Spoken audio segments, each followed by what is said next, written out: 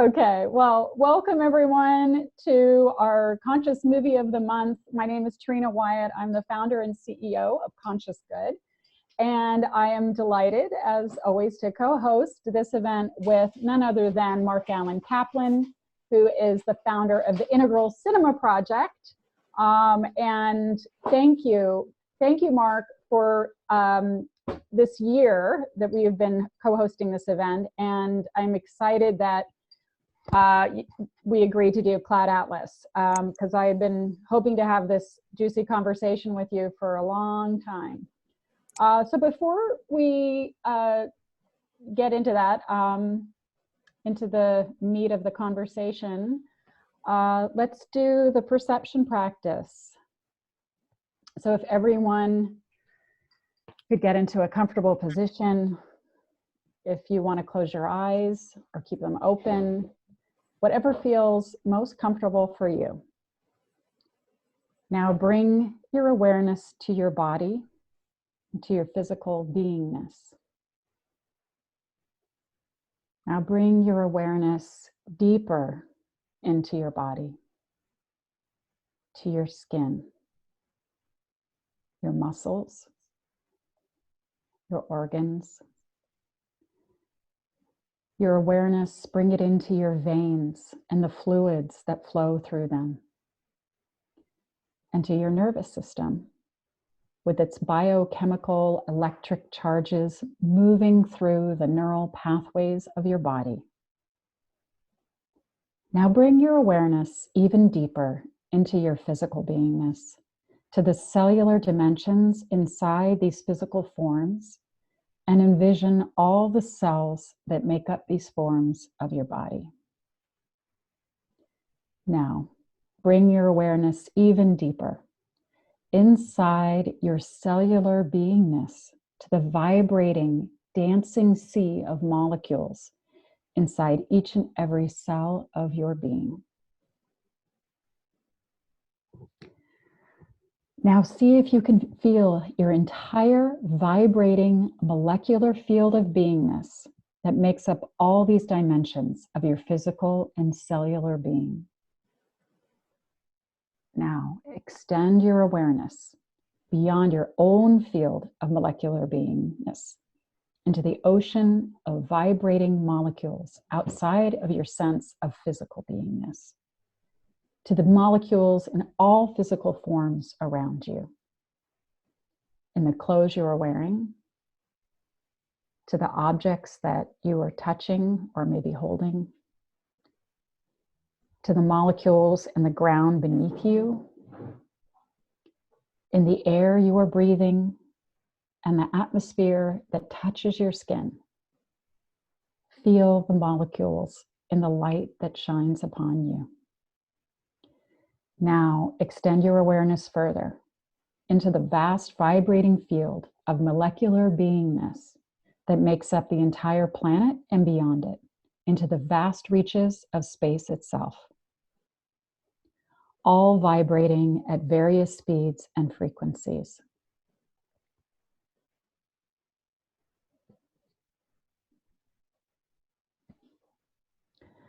A brief fleeting formation, arising, taking shape, evolving, and then, So bring your awareness to all of the one giant molecular cloud of beingness. Now imagine yourself as one of the many molecular formations that arise inside this vast molecular cloud for brief moments in the great expanse of time. A brief fleeting formation, arising, taking shape, evolving, and then dissolving back into the cloud from which it came. Now imagine this brief, momentary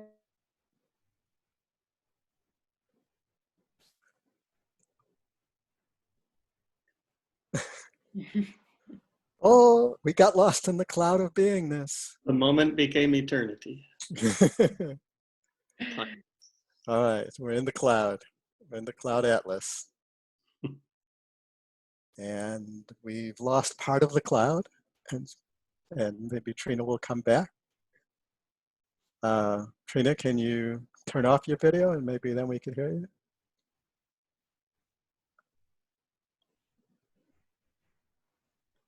Well, while we wait, I want to talk about this for a moment.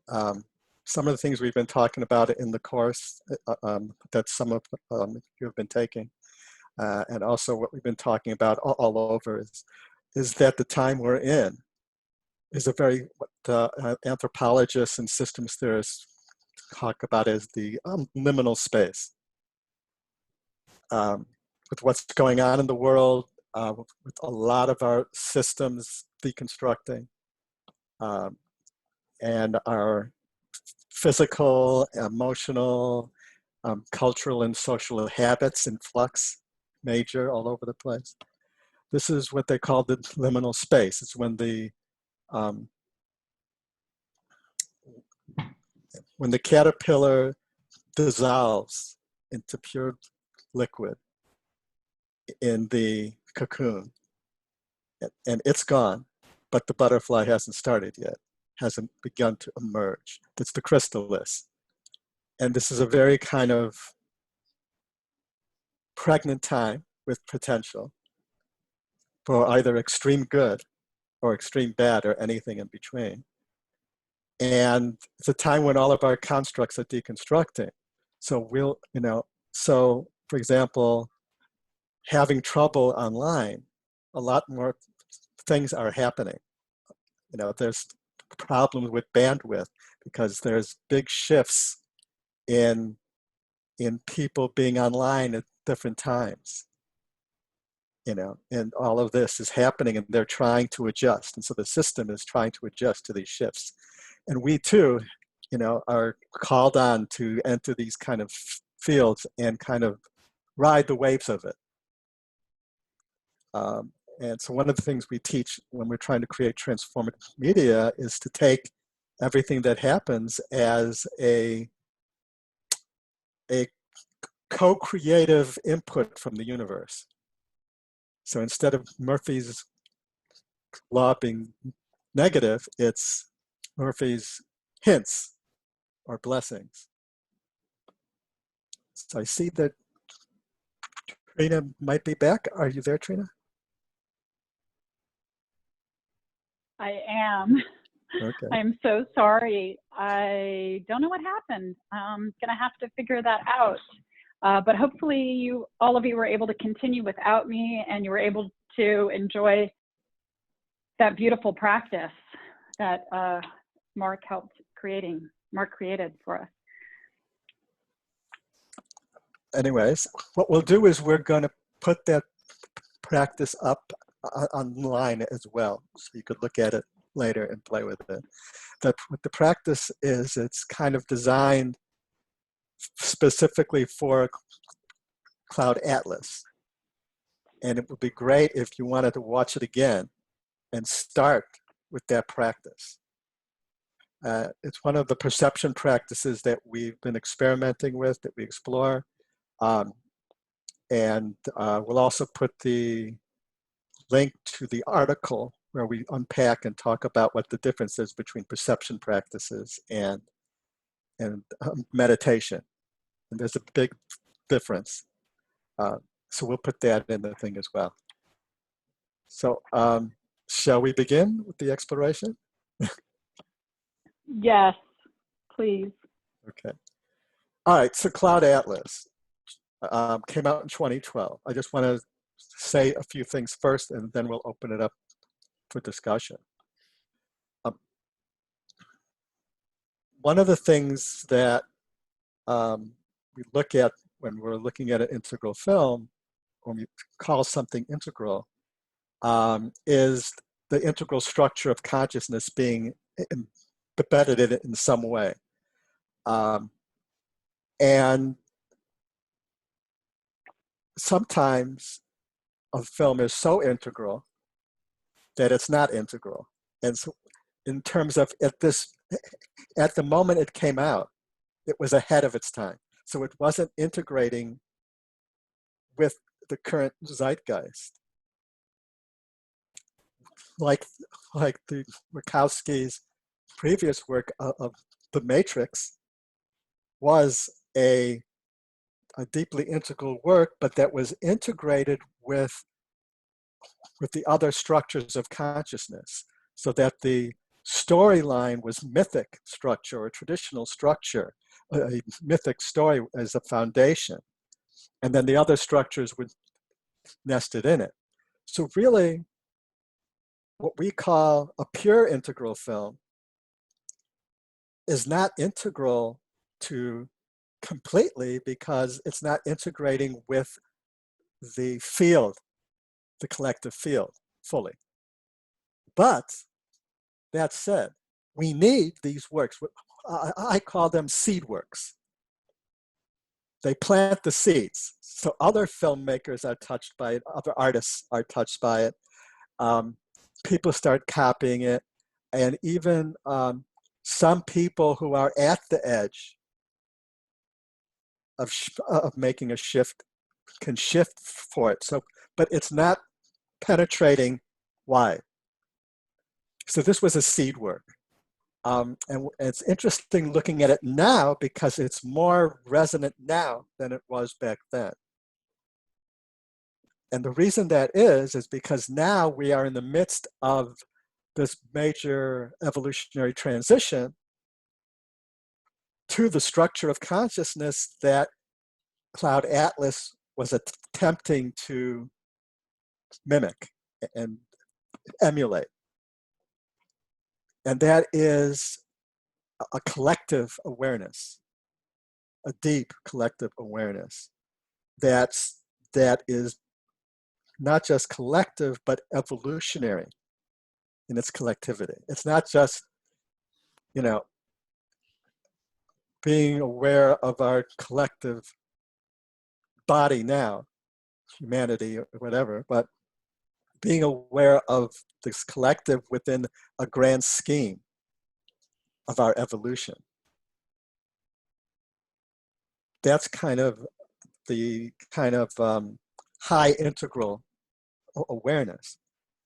And this is still, the structure of the film is still a little bit ahead of the curve, but it's closer because now our society, which is in a previous video we've talked about how right now our technologies are at integral and beyond, pushing beyond, while our social systems are mostly at the rational industrial stage still. And our political system is caught in a tug of war between the traditional, modern, and postmodern. So you've got a modern or rational social system structure, and you've got a political system that is a tug of war between traditional, modern, and postmodern. And then you have technologies pushing 4 to 5 stages ahead of the lowest structure that has power in the political system. So we have a major kind of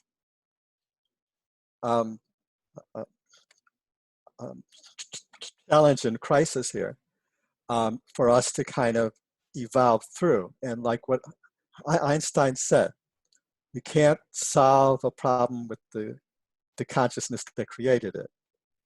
So we now have global scale problems that can't be solved in a nation state, nation centric system. But we still have a nation centric system. So that's the major kind of challenge. And what Einstein's talking about, the consciousness shift, is the shift from nation-centric to global-centric. And the essence of the global-centric is interconnectedness and being able to perceive the collective self in some way. And Cloud Atlas is an experiment a grand cinematic experiment in trying to capture that. So it's like, if we watch it now, as opposed to back in 2012, it's a lot more powerful in many ways because we're watching it in this liminal moment where we're in the middle of that shift. So there are external forces supporting this stretch in awareness that the film's created. Now, they're doing this by multiple forms. So they're taking it from the book, but they had to kind of create a different structure and pattern because literature and film are not the same.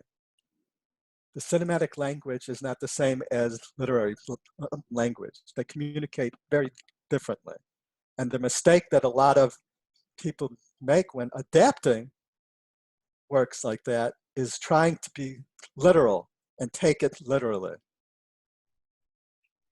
And so what you have to do is find the essence of the story, what the author was trying to say,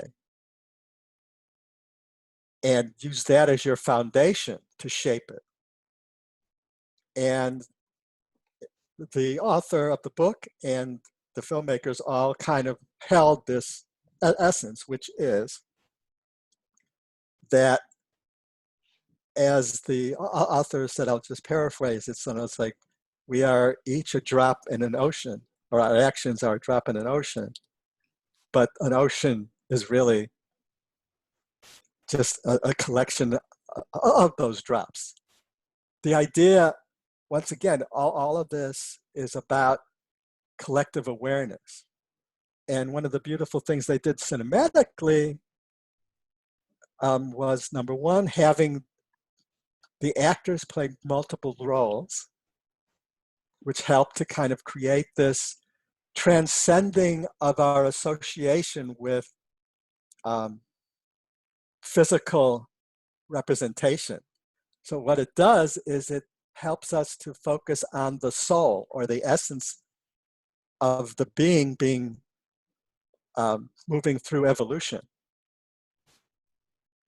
So they're unhooking it from a kind of a material foundation.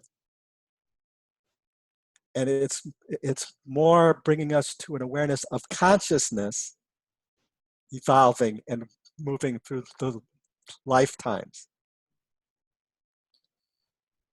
And was that also, Mark, with the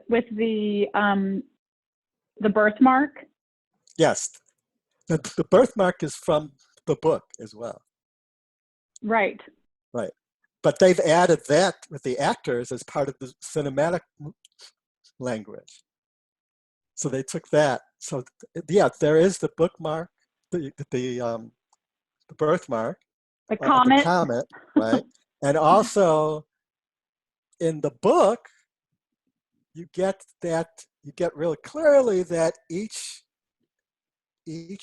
age is being shared through a book from a previous age. So, and in the film, they just use that as hints. You can see the books, like the story of Clarissa Ray, or, in kind of these moments. But it's great that they couldn't keep that frame, because that frame is a literary frame. But they used it then as a kind of symbolic seed. But one of the other real important things, and then we'll open it up, is what they had to figure out is, how do we transition between? For the book, you could do it, one after the other and then reverse the order. But for the film, it had to be more intercut. And so you weren't capable of intercutting with the standard event logic structure, because you're crossing through different timelines, ping-ponging. So what they did is they used the subtextual, metatextual, and transtextual dimensions of storytelling over the textual. So there's something that, well, for those in the class, we'll be talking about this next week, unpacking it much more. Have you, Mark, have you seen yeah. Duncan Trussell's new show on Netflix called Midnight Gospel? I didn't hear that. What was that? Midnight Gospel. That was the show I mentioned to you, Duncan Trussell's new show that's like a bunch Haven't seen it yet. episodes. Oh, okay. Well, yeah, check it out. He does that really beautifully. Maybe, Jonathan, you could commiserate how I was utterly blown away how the conversation he's having is unbroken through generations rising and falling, and then generations turning into like the souls of planets, and the conversations continuing through this like yeah, so there's a lot of similarities there between what obviously was a heuristic film-wise to with the birthmarks and the comments to transport from the literary work the feeling of having of flows of narratives and of people going on, which is utterly true, right? Having an original thought is alarmingly rare. Almost every thought we've had has been thought by someone else. Maybe not in the exact same, stew mix that we have them, but we stand on the shoulders of giants. Always. So yeah, no, I agree with everything Well you're saying. Yeah, and so you get, just real quick, the textual is your standard story. It's the events. It's event driven. The subtextual is emotional. It's the subtext, it's the psychological, it's all that stuff, and for example, in masculine oriented films, it's very event driven, whereas feminine oriented films is very subtextual or character or emotion driven. And then you have the metatextual, which is the themes and the values, the ideas, the ideological structures. And then you have the transtextual, which is the archetypal and metaphor and symbolic and existential in many ways. Existential is kind of a blending between the transtextual and the metatextual. And this work really kind of plays with that. So for example, you'll see sequences in this film where the linking between the timelines, intercutting, is an idea that the narrator is talking about, or it'll be a archetypal event like an escape, the escape, or the capture, which that's an event archetype, so that you'll get intercutting of different escapes and captures intertwined across timelines. And there's a kind of visceral connection between them. And so, again, that is creating for us an experiential field that's helping us to transcend time and space and to give us a kind of a visceral sense of this collective oneness, and where the film began and ends, the bookmarks, the story, and it's that final telling of the story. You get the sense like he's able to perceive all of his past lives, if we want to call it that. And he's telling us the story of all of these different phases his soul has been through. And we get a sense that, it's all one. It's like this big cloud where we're drops in the ocean, or we're drops of moisture in the cloud, and that we're part of the cloud itself. And so when there's a formation in the cloud, it rises, evolves, and then goes back into the cloud. And in a way, this film is trying to viscerally capture that feeling of this one self having these different formations moving through time and space. So now let's open it up to everybody. Wow. Wow. Incredible, Mark. Really, just, I think you do this film justice. It's beautiful to hear not only of the different stages of consciousness and how this is representing the stages, but also, like you were saying, the textual, the subtextual, the masculine, the feminine, and that this film was so much ahead of its time in a way. And that makes me feel better, because I remember the first time that I saw it, I felt like I was grasping a little, that it was something that I knew I would need to go back to and watch and rewatch. And we were talking earlier about how sometimes the situation that you find yourself in when you watch a film has a tremendous influence on your experience of that film and what you take from that film. Absolutely. And when after this film came out, I didn't see it in the theaters. I wanted to, and then it came and went, as we all know.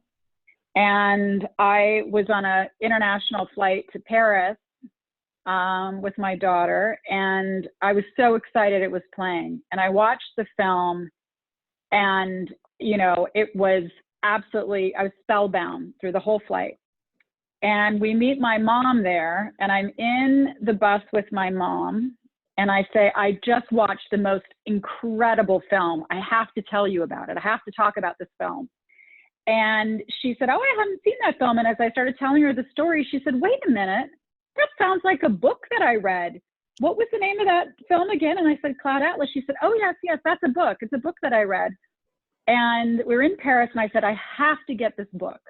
Absolutely. And of course, we went to the one English language store there, Shakespeare and Company. And if you've ever been to Shakespeare and Company, the books are all over the place, not organized. And I walked in, and within 2 minutes, I found that book, and I read it for the rest of the trip. And genius how this book had, to me, it really had similar but also different themes. The book was much darker, and the phrase that kept getting repeated is the weak are meat that the strong do eat. And it really had, you know, that overtone. And I was so impressed with the filmmakers for taking the more positive slant of our interconnection and the idea of karma, and how, you know, one act of kindness has this ripple effect, and really ending, you know, really even though there's some real horror and, you know, sadness in this film, there's hope really for humanity by the end. So that's my long-winded, you know, discourse on why this film is so meaningful to me. I'd love to hear from some of our members and participants, their own thoughts and experiences.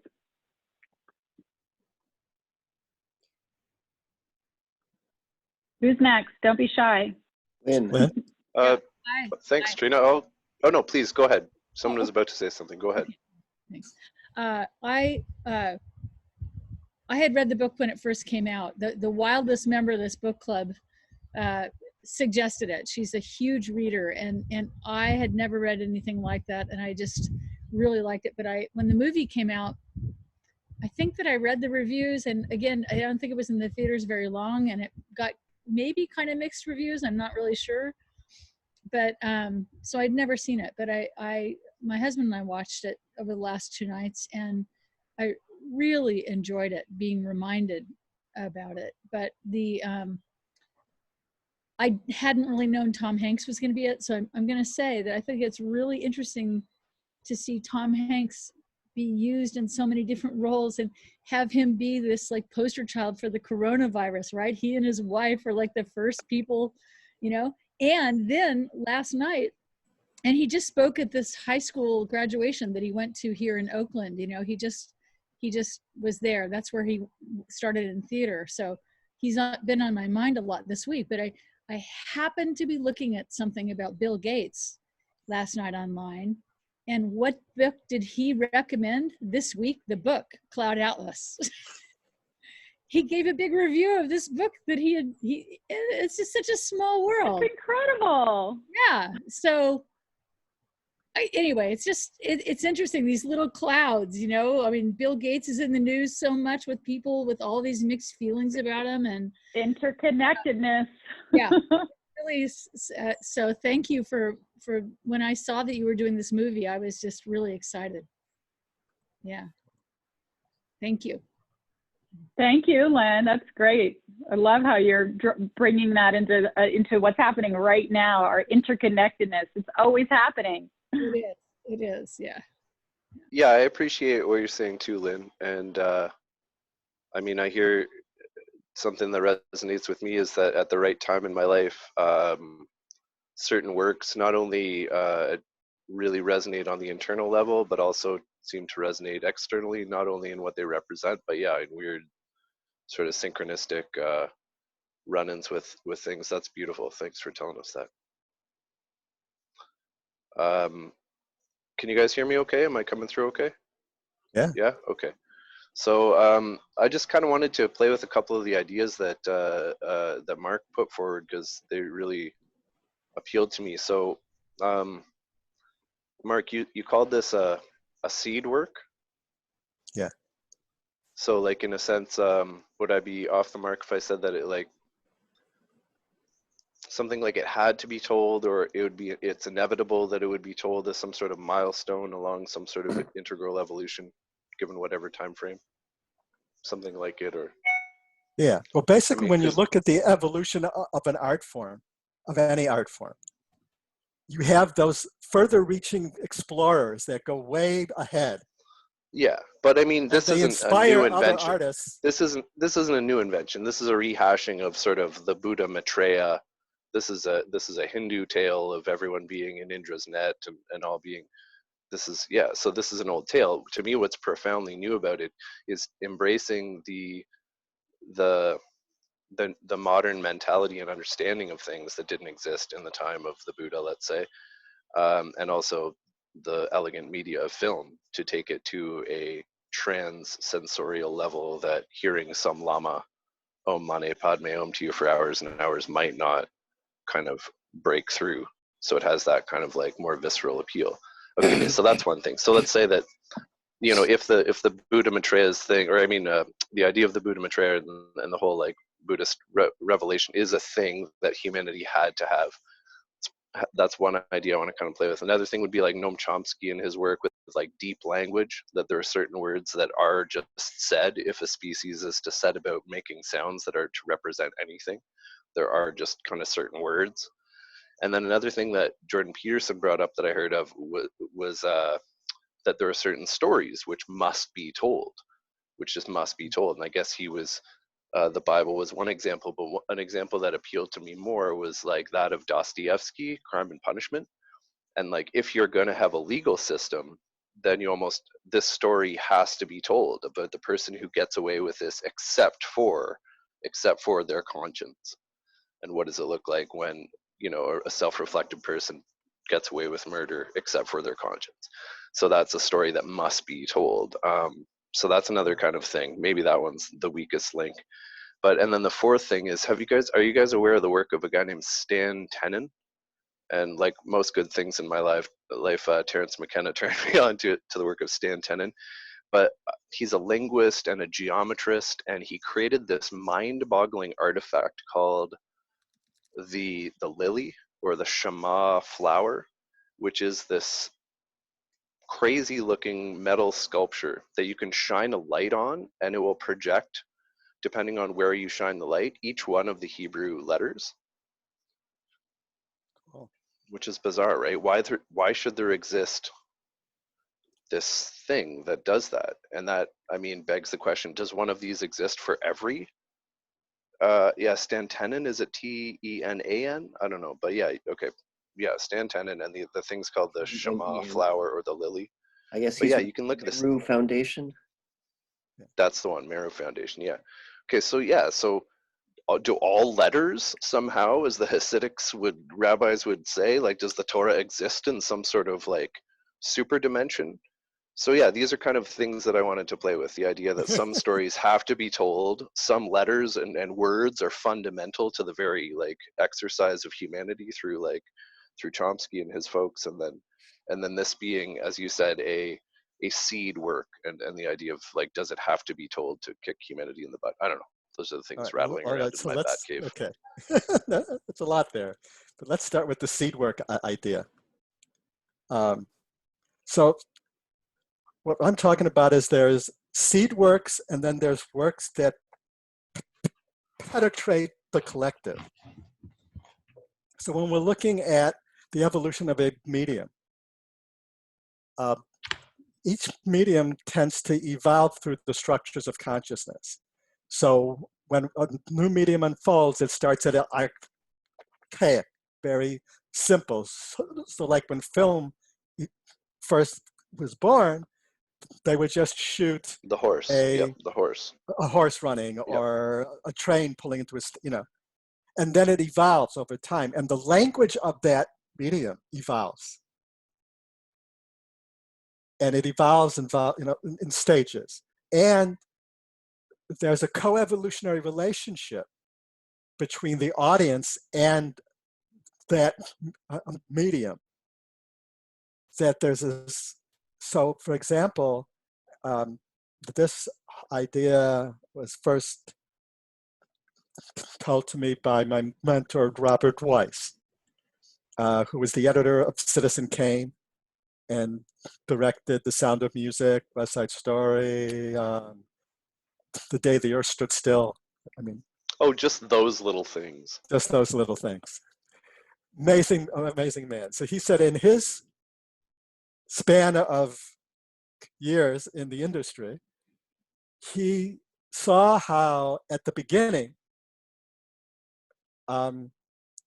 you had to be very literal. So if you wanted to show a character, yes, you had to show the guy literally leave the apartment to get to the apartment. Yeah, right. No, I love that. Yeah, I'm hip to that idea. Please. And then over time, both the cinema evolved to be able to speak across this thing because the audience was evolving with them. Now, what happens in that trajectory is there'll be seed works of these new advances in the language of the medium. And that'll be picked up by other creators and played with, and then some of the audience will connect with it as well. And they'll start, and then it'll start affecting how they perceive and talk. So this is co-evolutionary dance. And then there is the penetrating works that at the right moment, that new linguistic pattern in the medium hits the populace. So a Star Wars or a Matrix is basically that, like boom, like it just, right?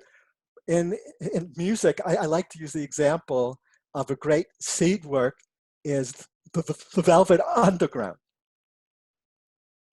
They weren't very popular. They weren't really big, but they are like the favorite artist of so many of the music industry's incredible artists. So they actually were seed artists.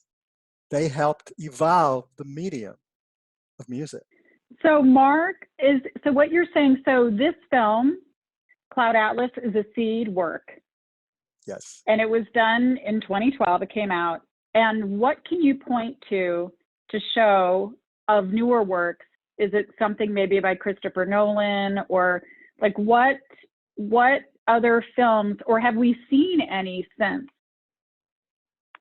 if that is evolving the medium, what can we point to that's more recent, more current? Sense8, maybe Wachovski. That's yeah. I mean, it's way ahead of the curve. We may not be. I haven't seen a lot of it since then,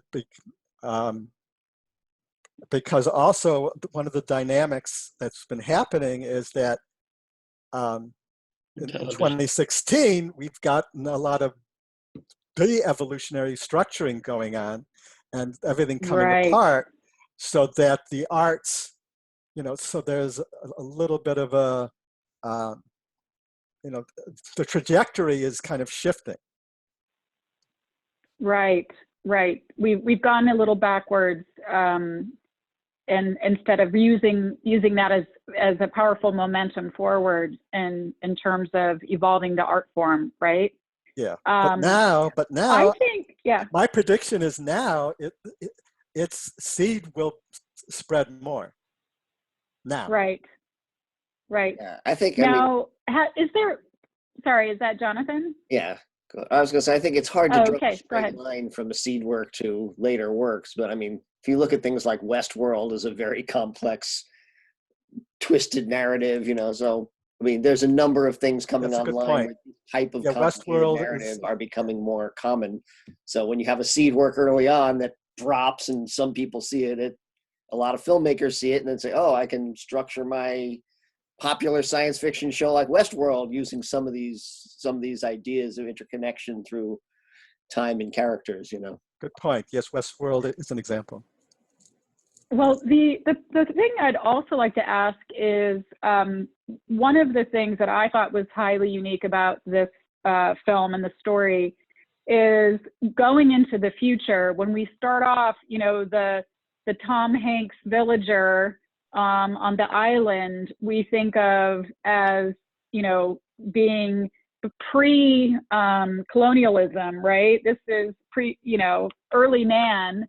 And then when you realize, no, this is set into the future and what has happened to the civilizations before. And it really gave a great perspective to me about how advanced previous civilizations, as opposed to where we are right now, and how we could be this could happen going forward. Is there any other films or works that you can recall that have done this effectively? Well, one of the things about that is that ultimate future where Tom Hanks is telling the story is, in a sense, a kind of integral society where the archaic, magic, mythic, rational and pluralistic and integral are integrated. So there's, high tech and this and that, but also there's this primal. So it's representing an integral thing. And Black Panther does a little bit of that in terms of we get to see our society as an integral society, which has the full range integrated. So there's several works now that are trying to show what an integral culture might look like, where the full spectrum of evolution is integrated into a whole.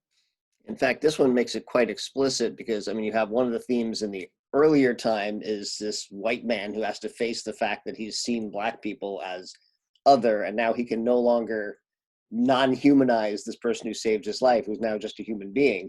So it's this huge thing. And of course, at the end, Tom Hanks, who's this sort of from a primitive culture, ends up merging with this Black woman from an advanced culture at the same time and forming this kind of, as Mark said, this integral hybrid. So you've got masculine, feminine, you've got Black and white, you've got future and past, and all these different things, and just starting this cycle. The other, yes, and the other brilliance is in the future, the slavery, right? Where it's one of those things, right, where the Hugh Grant, what a different type of role, film for Hugh to be in, right? It just really showed his range that we don't get to see too much. He's pretty amazing, we hadn't up till this amazing point. Range. Yeah, really, right? And I didn't know he had it in him. He plays. true, right? But he plays the warrior, the warring clan chief, and they're in fear of being captured as slaves. And that, that to me was like, slavery in our future? Like what? That idea that primal. Yeah.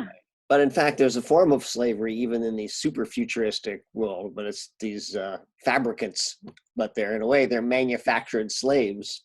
So this is about the coming to consciousness of an unconscious entity, a fabricant. They're designed to not have consciousness, and she begins to have consciousness, and she's the first. And so she's kind of calling for all of us to not be fabricants and to be conscious. And she becomes really their god. Crazy. And that's how religions start too, yeah.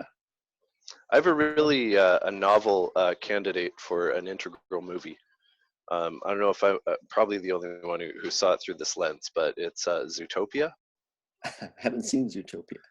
You guys know Zootopia? It's like a Pixar or Disney story. It's like a rabbit, and she's a detective. And she navigates a society where predators are becoming bad and they're reverting to their tendencies. So, but when I was watching it, its implications, I decided I wasn't going to see it as a fictional cartoon place, but rather as a real place somewhere in the cosmos, and I guess in the future perforce.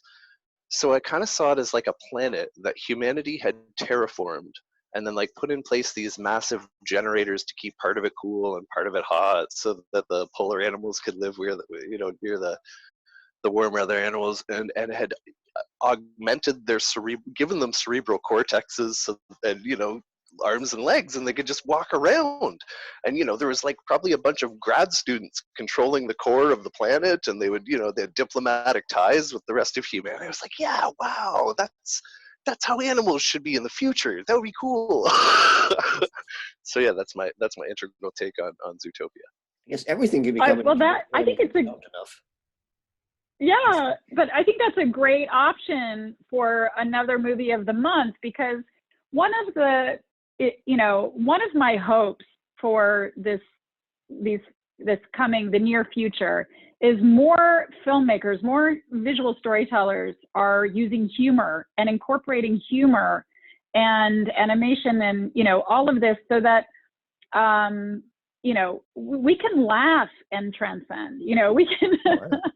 Look at Groundhog Day. Look at Groundhog Day. Exactly. We need more humor, please. Well, as a burgeoning comedic cartoon filmmaker, I'm overjoyed to hear you say that.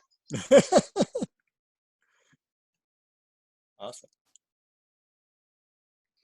And I've got one last one, Mark. I'm not going to let you get away that easily. So, again, I ask you, do you see that some stories, or perhaps some narratives, however we clad them in whatever sort of archetypal robes, as being stories that have to be told, or more than that, as existing in some kind of super space, like this sculpture that can cause the Hebrew letters to all be projected? Yeah, stories exist in a super space. You got it. Please. Okay. Yes. All right. Hebrew, as well as Sanskrit, are what we call primary languages. They're Proto-Indo-European origin. And they basically, these two languages specifically are connected to mathematics, that every letter is also a numerical, and sound, and, frequencies. And they're very kind of, these languages, let's say Sanskrit is, Sanskrit and Hebrew are very similar in this way. So they, for example, in Hebrew, every letter has a numerical value, and every word, you add up those values, and then that word has that value. According to Kabbalah, every word with the same numerical value is connected. So you could, and each word actually has at least 3 interpretations. And each word also is open to past, present, and future tense. So you basically have all of this, and it's basically each tradition, the Kabbalah and the Upanishads, talk about that the language itself is connected to the essence of consciousness. So like Om represents the primal sound because it covers all of the glottal stops of the mouth. So it embraces every sound. Okay. Now, from these traditions, from these metaphysical traditions, it would be yes. They're mathematically and sonically embedded in these languages are translating the essence of existence into form. That's the intention of these languages, actually. So this is not like English. I mean, the intention behind this language. But I would actually have to riposte that with the fact that Stan Tenen actually did one of these sculptures for Greek. I'm not sure if it was Koine Greek or something, which to me argues again that, yeah, there's one of these bloody things for every codified. But yeah, I do resonate. I hear what you're saying loud and clear with the fact that, yeah, that there does have to be an archetype or, you know, some sort of blueprint of these stories out there. And then it's sort of a thousand monkeys do they turn out Shakespeare? It's like the story must be relevant. It all has to line up. The story must be relevant to the now. The writers have to be channeling it correctly. But yeah, sorry, please take the floor, sir. Yeah, but then, okay, so then those languages are specifically for that, and they would say yes. But other languages, as you were saying, every culture and every society that develops their language, it's rooted in their experience, in their environment, and it is a channel. So it's, geez, you know what? Sorry, one last thing. Yeah. Recently, you know, there's been a lot of trouble with people being able to sample songs or not. So some clever machine learning folks took MIDI, you know, just a very simple way to treat notes, and caused this AI to create and copy into a folder all possible combinations of all notes up to like 2 hours long, and then to copyright, then anyone could use anything, and you know, theoretically contained within there are all known songs. Okay. So I have a really short and sweet answer to this question. Yes, please. Ready? Yes, please. Yes. From Einstein. If it's true, and we get pretty good, you know, confirmation that it's true, past, present, and future are happening simultaneously, fundamentally. So every story has already been written. Everything is embedded in everything because it's happening all at the same time. Fantastic answer. So how, if that, and I love this. Thank you guys. I love how we're going this deep. Just into 1 the hour cloud. in. Right. So how then, and maybe I'm answering my own question, in accessing consciousness, in recognizing our consciousness as unique and part of the whole, how are some able to bring forth those stories? You know, it's, you know, how is that possible? Is it, you know, a combination of karma, genes? Do you know what I'm saying? You know, why are the Wachowskis the one to make this film? Why did they, you know what I'm, and Tom how does that happen? Too. Yeah, well, partly they were because they were looking for, as they said, they were looking for a story where they could combine every genre in one movie. And they all happened to read, at least they said this, they all happened to read Cloud Atlas at the same time and all contacted each other, this is the book that we could do this in. Yeah. And also they study integral theory with Ken Wilber, so yes. they're actually they're deep into integral theory. So that's, you know, but also it's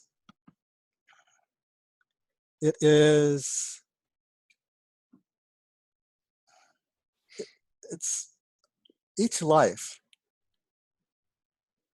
our experiences, what we go through, our inclinations, our primal wounds, and how we deal with those, and our input, our culture. I mean, all of this, it's because if we look at all of us as part of this collective being that transcends time and space, all right, so that we're all part of this vast ocean of beingness, and we're each individual kind of molecules in the cloud or whatever. The collective works through us and around us. We each have a unique part to play in the dance. For example, with me. That's right. With me, it's like my journey. It's like 2016 with the election of Donald Trump in the United States was this moment for me. It was like I suddenly realized that everything that's happened in my life had conspired to give me a certain gift that I felt called to share at this moment. So I've come into my calling, at least my sense of calling. I've come out of my cloister of research and trying to share what I've learned from teachers and all of that, and from my life experiences. All of it's conspired. So beginning with my primal wound of stuttering, which then I sought a way to speak without the voice, and I ended up in film, and then I ended up studying with the masters of film. But then I kind of was a Hollywood golden boy, but then I had an awakening and went off, and then studied consciousness and came back. And all of this suddenly was like, that's why I went through that. But it was, so if we look back on our lives, when our calling hits, suddenly all of these things that seemed like irrelevant, unconnected, little things, or things you should regret, things that you could have done, and whatever like that. Like, I could have been a contender. I mean, I could easily say that, because I had my hand on the brass ring, But all of that is part of what brings us to that moment when we're called to do it. And in art, there's so many artists, from Michelangelo and Mozart, filmmakers, who basically talk about they're connecting with something beyond themselves. Right. The muse, the creative muse, the tapping into. Muse. So this tapping in. So that is an essence when we connect with this deeper dimension. It's one of the things we work on in the course. In the course that we do, is the beginning is the inception process and becoming a channel for to tap into your own calling within the calling of the evolutionary stream of everything. Yes. Yes. And create from that. Well, I'm going to lose you guys. I'm so sorry. It's 3 minutes after 2. My battery's dying. I'm going to let all of you continue for as long as you desire, and just thanks everyone for coming. Speaking of tapping into the calling, I was not called to be a storyteller. I've been called to support the artists and the storytellers and helping them get their works out to as large an audience as possible. And besides Conscious Good, I've been doing that for many, many years. So I feel great about how that consciousness is calling me to do that. So thank you, Mark, and thank all of you for joining in this incredible discussion, and look forward to doing it again next month. Sounds great. And thank you, Trina, Thanks for again. all that you're doing. Trina. Thank you. Thank you. Later. Thank you. So we're here to keep talking if if anyone wants to keep going. Yeah. Hey, Michael, welcome. Well, I find it interesting with Cloud Atlas, coming back to it right now, that in a way it was a seed film and ahead of its time, and yet it's so timely now more than it was then, and it was predictive as the book was.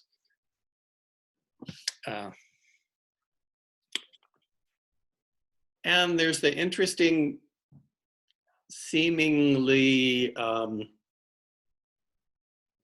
contradiction of when we're talking about levels of development, that in the storyline in the book, in the storyline we seem to be entering into now, there is this possibility of regression, you know, not transcending and including, but falling back, which,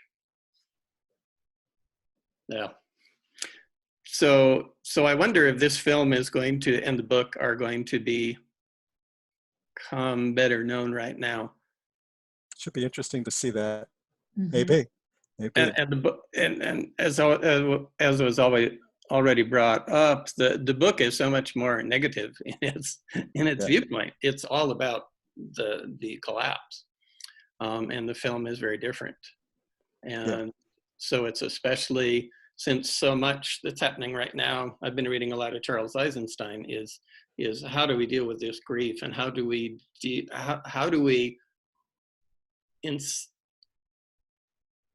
look at the world we want to create, the more beautiful world we know is possible, that has been in a way, but yet has never been. And how do we not get sucked down into despair? Yeah. But I mean, I think what I like about what the filmmakers did was to give us the bigger picture in some ways than the book, in terms of seeing how these de-evolutionary moments in history are part of the ebb and flow. It's, you know, it's the yin and yang. It's like, especially right now, we're seeing a lot of what's coming up. It's like when we have a major shift like this from one societal structure to another one, civilization-wide, which we're talking about, is the old system has to deconstruct before the new system can emerge. But what also has to happen, in that deconstruction, we have to face the shadows that we haven't faced before. In order for us to go to the new system without continuing the same consciousness, we have to deal with the shadows of the past structures that are coming up. So from that perspective, the election of Donald Trump and what's happening with the movement in other countries as well towards authoritarian state, the resurgence of hatred, bigotry, and all, you know, all of this stuff. This is all shadow material that we haven't dealt with fully, that has to be dealt with before we can reach that utopia. So it's great to, I mean, while we're thinking about what the world should be, we also have to make sure we don't bring the baggage of the old with us. And the beauty of what the collective dance is all about is it's giving us a visceral lesson. And, you know, if we look at it from this collective body perspective, like in our own lives individually, we know that most of our evolution happens from a visceral experience. You know, we go through something, and that's when we learn it in an embodied way. We get it in all three brains, you know, the head brain, the heart brain, and the gut brain. And usually that takes a lived experience. That's why what we teach this process of synchronization of the senses is to try to replicate a lived experience in the cinematic process, to kind of replicate that. So the idea here is that if the collective, the body has to go through this. We don't know how much shadow has to come forth before we, as a collective, deal with it. And that we don't know. Hopefully, if enough of us are helping to try to work with, with this as shamans in whatever form that we can do, then we could help alleviate some of the suffering. Yeah. There will be suffering through this process because an old system is dying. An old way of being is dying. So there will be loss. But how much loss, in these kind of big transitions, the loss can be huge. I mean, if authoritarianism runs its full course, we could lose millions of lives. So the stakes are high. Mark, yeah. What's that concept again? Where you say it's like dual osmosis learning, that film has a quality because you're watching it that's analogous to dreams, and so you learn what's that concept again? Yeah, it's from Edgar Morin, and he talks about. All right, so. But no, I just I know the concept. I just wanted to. What's it called again, if you please? He calls it doubling.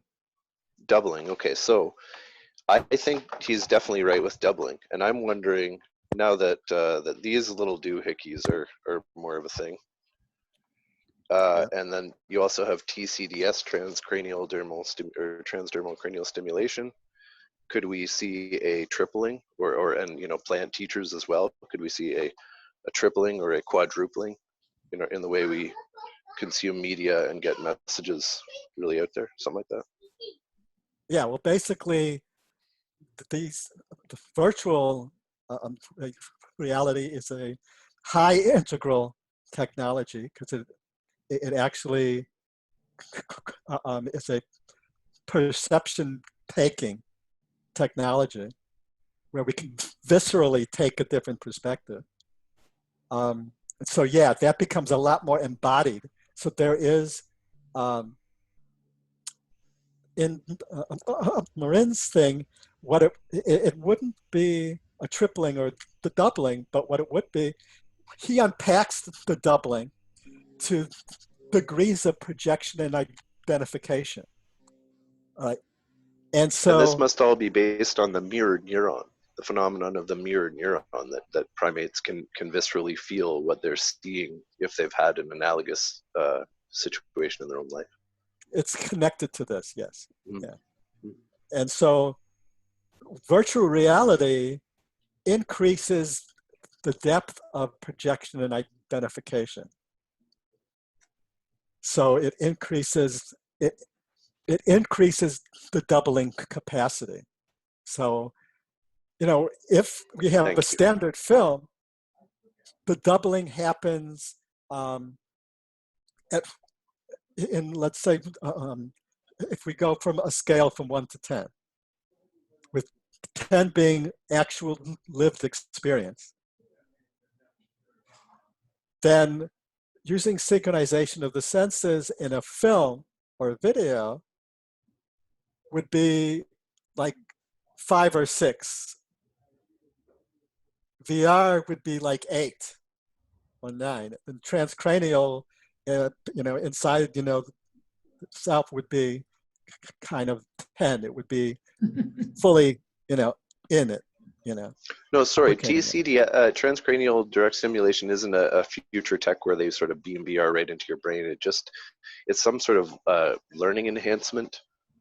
It stimulates parts of your brain so you can learn more quickly. Yeah. So, but yeah, I thank you very much. Your answer was lexiconic. That's the beginning of technologies that will eventually be able to have VR inside of our own head. If we're merging with our technologies, our biology and our technology are merging. I have. Yeah. Go ahead, Lynn. Oh, thank you. I have 2 questions. One is in kind of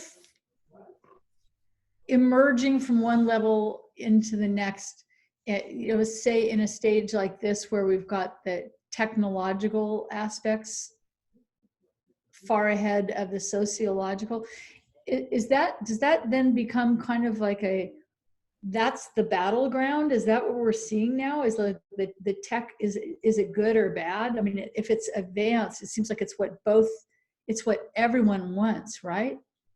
Well, technology is always usually a step ahead of the center of gravity of cultural consciousness. Because a few minds shift forward into the next stage and invent technologies from there, then they become more popular, and then they spread into the whole culture and society, which then helps us evolve further. So technology is a really important kind of co-evolutionary force. Okay. And it's usually about a step ahead. So for example, the Industrial Revolution was really a one stage shift. Yeah. From feudal to nation state, Yeah. or from traditional to modern. And now we've got this big thing. Now we've got this huge gap because our technologies have accelerated. Their evolution has accelerated so far beyond the evolution of our consciousness. So we have not evolved our consciousness in harmony with how we've been evolving our technology.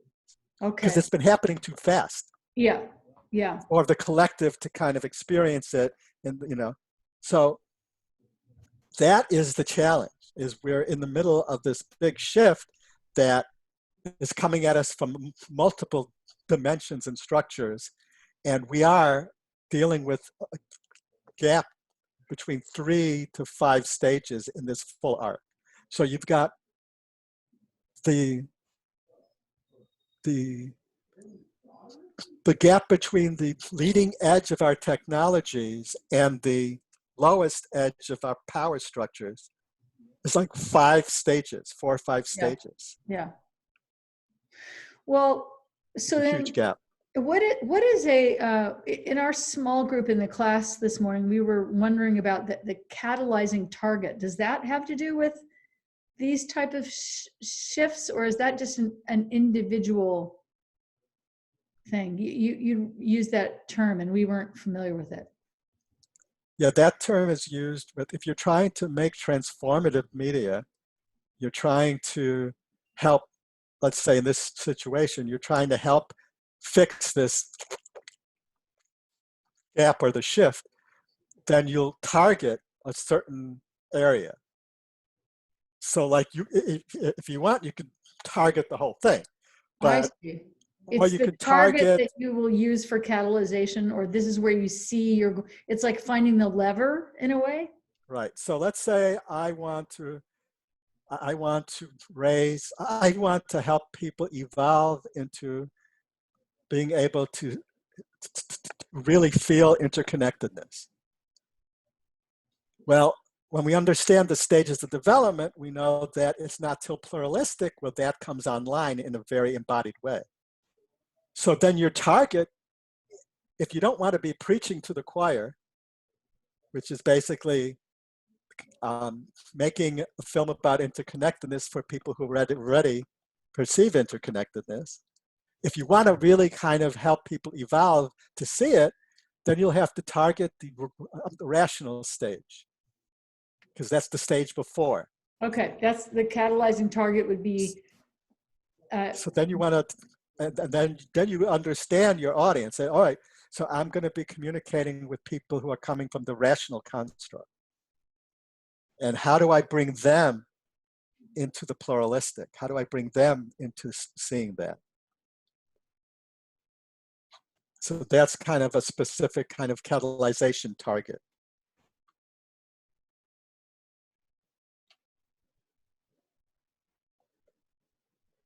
Any other questions?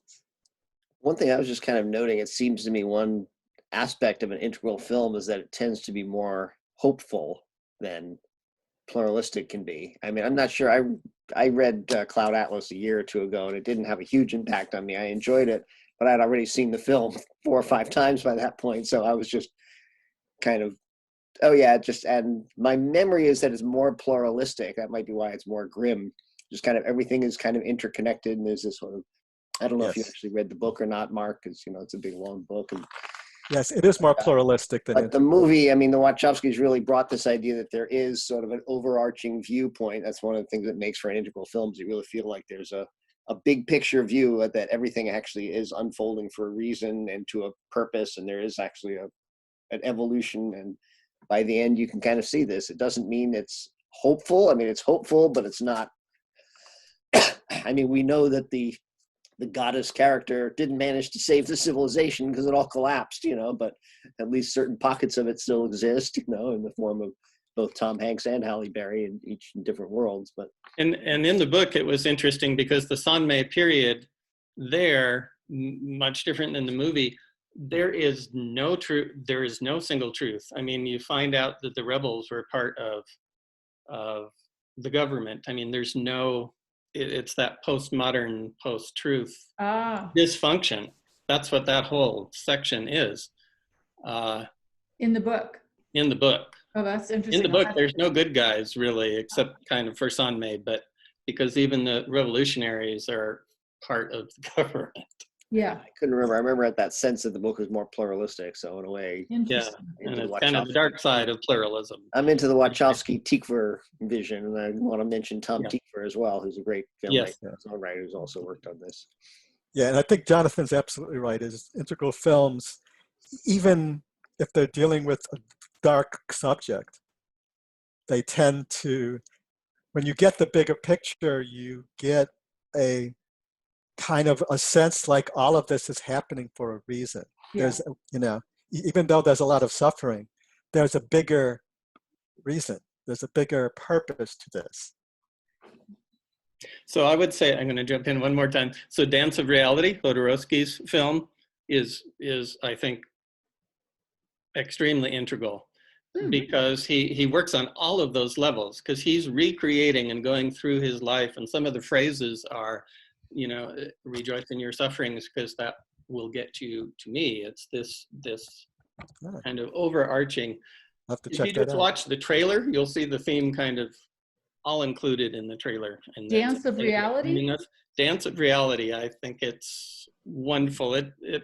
It's long, but watch the trailer because it'll give you all of those themes and in the trailer itself. If you like the trailer, you'll like the film. But it has that. It's both interior and exterior, and it's very time specific when he grew up and where he grew up and what was going on in society. But it's also his personal transformation. And his actual son plays his father. He, as himself, is there with himself as a child. And so it has all these levels, kind of in a way like different, very different, but like Cloud Atlas, where all these levels and all these perspectives are present at once. And yet there's also the growth through stages. Yeah, Jodorowsky says, having broken away from my illusory self, I was desperately seeking a path and a meaning to life. That's what he says about that. It's a biography. Yeah, I mean, should probably throw in like some trigger warnings or something there. It's not like. Well, Jodorowsky, I'm not surprised. Yeah, it's a little bit. Let's just say it's pretty raw. Okay. A lot of it is, yeah. Duly warned. It's also beautiful. Incredibly beautiful and heartwarming and positive. So, I will check it out, definitely. Put it on the list of films to test. Okay, excellent, thank you. If prepubescent boys screaming blood-clad across a movie screen is uplifting to you, then get ready for the thrill ride of your lives. I think you're thinking of El Topo and Magic Mountain. This is much. Oh, Okay, good. I didn't like them then. I appreciate them more now. Good. But no, it's nothing like that, actually. So watch Beautiful. The trailer. I stand corrected. This is a mature. Listen to Tom. Don't listen to me. This is a very mature Hodor. This is from 2013, I guess. So, if anyone's enlightened, I think he is. for me. All right. All right. Is any other? Please questions forgive before- my misquoting there. Oh, Tony. no, that's okay. Cheers. No, that's what most people associate it with. So anyways, I just want to say real quick, Cloud Atlas for me now, my experience is really, when I saw it now, as opposed to back then, it was so much more resonant for me. And I was able to see things I had not seen before, even though I saw it many times when it came out. Now, seeing it now was so profound in terms of, I've been feeling this calling of how do I really kind of connect with this new form of collective intelligence way of being. And I've been, exploring in theory and all this stuff, and been working on it in all these different dimensions and in different ways. Studying it with George Poor, who runs our school that we teach at.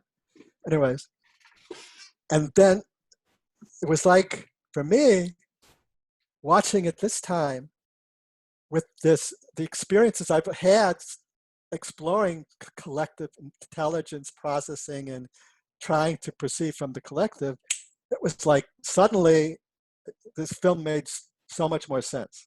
And it was actually, I was able to, at the beginning when I saw it, it was like very feeling esoteric and very kind of like, I had to see it several times before I started to see patterns, And this time was like, wow, it's like so obvious. Like it was so obvious and clear. And I think that is really what happens for us when a work is connecting to a time that's different from when it was created. We've gotten experiences that have changed our synaptic structure in our brain to be able to perceive more patterns similar to that. So in these last years, let's say the last 10 years, or 8 years from 2012, there's been a lot more movement towards this collective process. You've gotten theory U kind of penetrating the workspace and all these work forms coming in. There's a lot more collective experiments around the world and communities and talking about collective intelligence. And we've got, because we're in the post-truth age and that our truth sources are being deconstructed, there is this natural kind of exploration of how do we collectively figure out what's true. So you'll get events that happen, and online on Twitter, you'll get like 1,000 people trying to put together all the pieces of the event to figure out what actually happened, as opposed to the individual news sources. And then we have the kids who are growing up on the internet and smartphones that are more able to perceive collectively. So now the collective field processing is more a part of us. It's beginning to take root in greater degree in the population. So then this kind of a film is easier to penetrate because we're closer to that way of processing information. So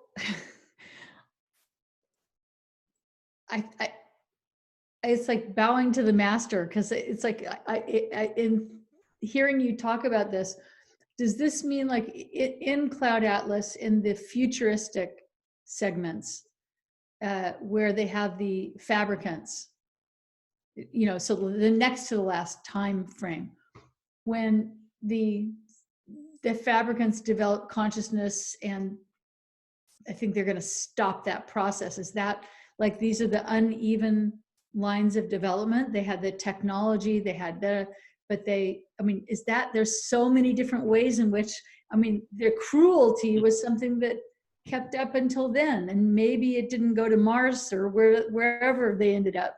All right, I'm going to go way out here, way out Okay. there. All right, imagine the collective body, right? And for us to wake up, to become enlightened, all of us have to wake up.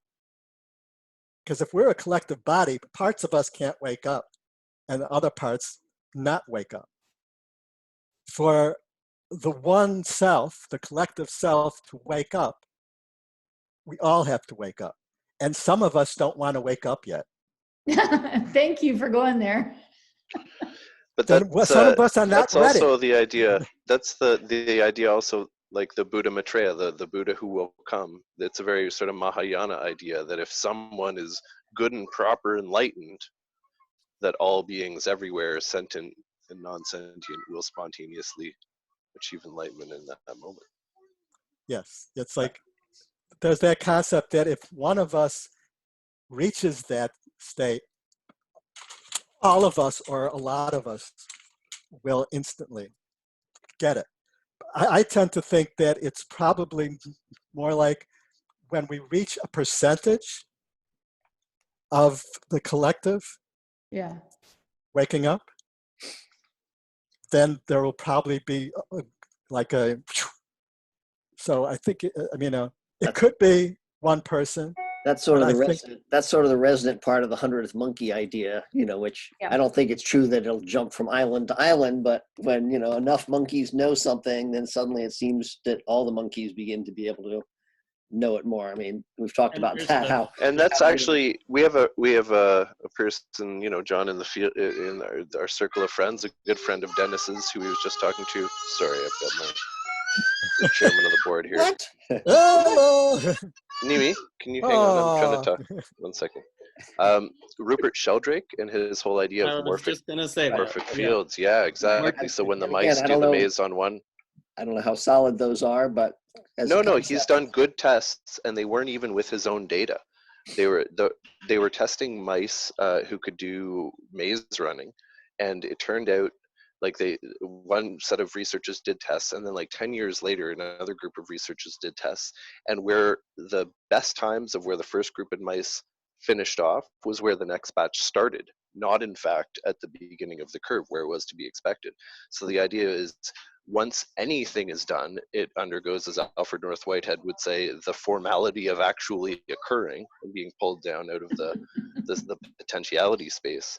And once it happens once, because nature is self-preferential across scale, nature conserves structures across scale, that structure is easier to get at more. So yeah, definitely.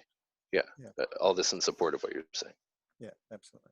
Also, it's worth pointing out that the futuristic society in Cloud Atlas, where they keep the fabricants, is also destroying itself. It's a rational industrial pathology there, because they say this is new Soul is soon going to be underwater like old Soul is underwater. And so they're looking out and they're still having the same climate change problems. They haven't solved that, and of course, the one in the 70s is a pure rational industrial pathology and the kind of classic political thriller evil company, trying to create a nuclear accident in order to prevent nuclear energy from surpassing oil, which is and we don't really pathologies, we don't really know whether the suffering will ever go away, right? We don't know. That might be something with us to the very end. Mm-hmm. Here. Well said, Lynn. We don't know if that's intrinsic to the struggle of life. It might be.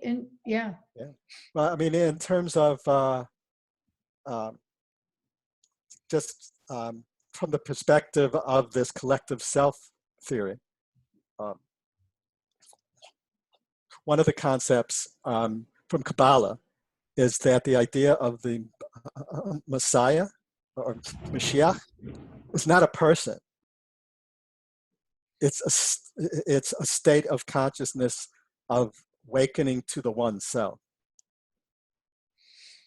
And you could basically, the second coming is actually when all of us wake up.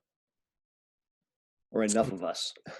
So when the Messiah comes, in terms of the Kabbalistic approach, is when all of us wake up to us being one.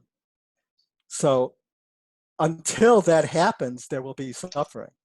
Because until, there's a great little Argentinian film from the 80s, I think, called Man Facing Southeast.